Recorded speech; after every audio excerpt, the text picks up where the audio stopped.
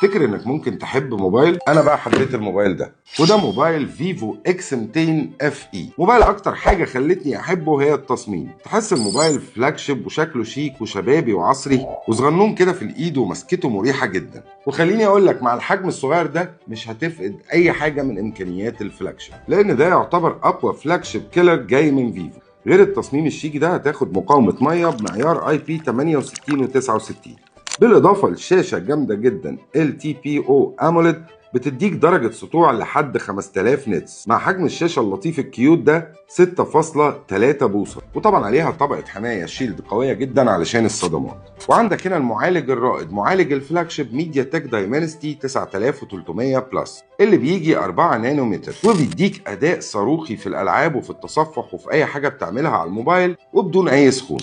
وحاجه من الحاجات القويه في الموبايل هنا الكاميرات.